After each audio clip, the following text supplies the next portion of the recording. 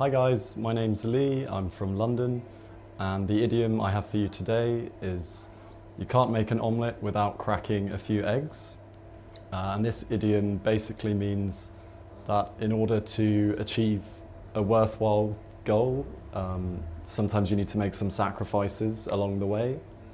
For example, if you want to move to a different job somewhere else and it means you will lose some friends, sometimes for the greater good, it might mean that in order to make the omelette, you need to crack a few eggs.